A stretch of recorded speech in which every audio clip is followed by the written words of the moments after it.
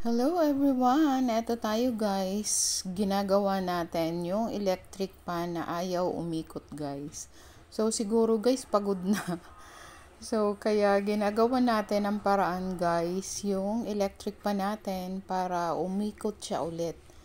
So tinanggal ko na guys yung takip ng electric pan guys. And then tatanggalin natin yung kanyang ilisi guys para malagyan natin ng oil. Kaya lang guys ang tigas kasi nung unang paglagay ko nito is parang nahigpitan ko ata yung lock niya sa kanyang ilisi guys. Kaya nahihirapan akong buksan guys. Kaya pakunti-kunti lang guys mabubuksan din natin to guys. So eto na guys. Na buksan ko na guys, natanggal ko na. So ang gagawin natin is iikot-ikot muna natin and then lagyan natin ng oil para maikot yung kanyang ilisi guys. Hirap lang guys kasi ceiling pan siya guys, so kailangan kong tumungtong sa apat na bangko guys. So eto na guys, it's working na yung ating electric pan guys. So ang gagawin na natin is ibabalik na natin yung electric pan natin since nalinisan ko na siya guys and then nalagyan ko na siya ng oil. So umiikot na siya guys, it's working na.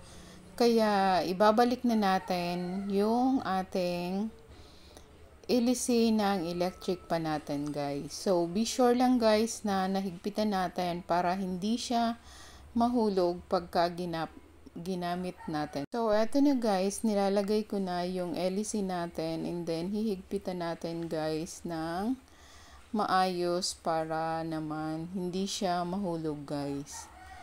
So eto na guys, lalagay ko na yung pinakatakip niya guys. So lalagyan ko lang guys ng pangtali ng nylon cord. Mga 3 lang guys na nylon cord. So hindi na yan guys maaalis. So kahit naka number 3 pa yung electric pan mo, hindi na siya maaalis guys. Kasi nasira na yung pinakalock niya talaga guys. Kaya ang ilalagay ko na lang is yung nylon cord.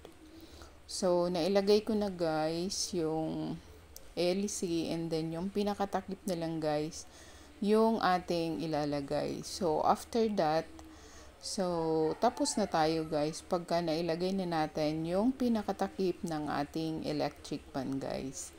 So, medyo mahirap lang guys kasi nakatingala ka. Kasi, since ceiling pan nga yung inaayos natin guys. So, itali ko na yung sa kabila guys. Pangalawang tali ko na. Itong inilalagay ko ngayon guys. So, isa na lang guys yung tali na ilalagay natin is tapos na natin guys. So, pagka natapos ko na tali ko na yung nylon cord na 3 guys. So, titestingin natin kung talagang gumagana na siya guys. So, eto na guys, yung last na nylon cord na itatali ko guys.